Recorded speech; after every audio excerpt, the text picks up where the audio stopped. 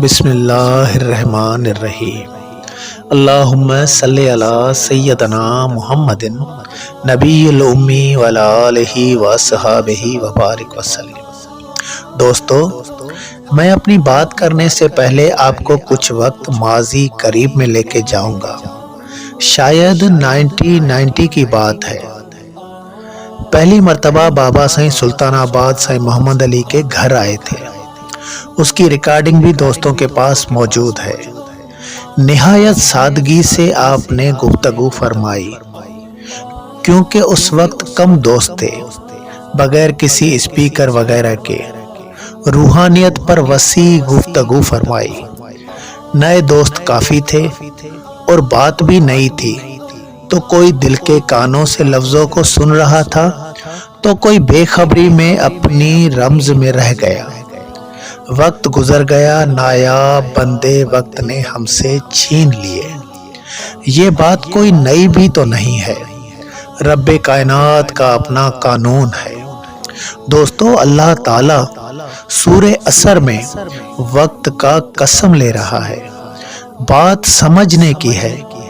وقت اگر جاتا ہے تو نہیں ملتا۔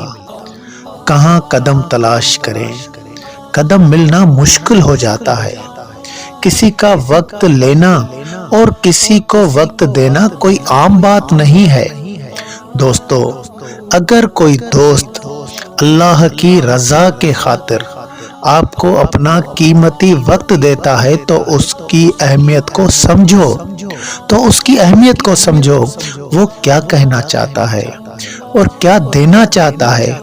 اگر ایسے ہی کوئی دوست آپ سے براہ راست آپ سے بات کر رہا ہے اور آپ مسلسل اپنی مصروفیات میں مگن ہو، وقت کی اہمیت کا پتہ نہیں، کچھ سمجھ نہ سکے یا سمجھ کر قدر والے نہ بنے، جیسا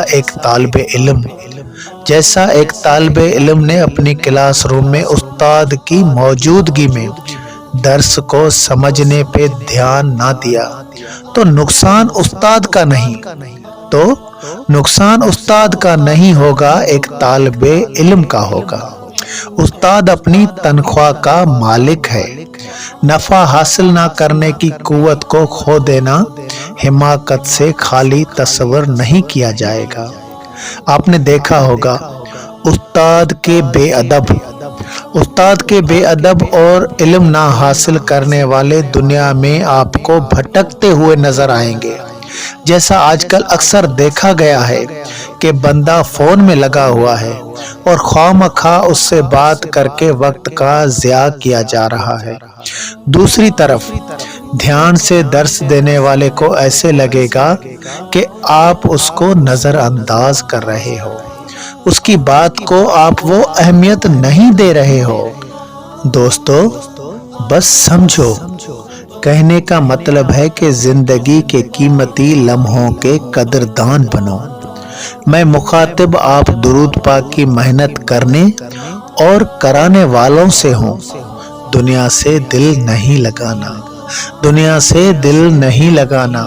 اللہ پاک ہم سب کا حامی اور ناصر ہو۔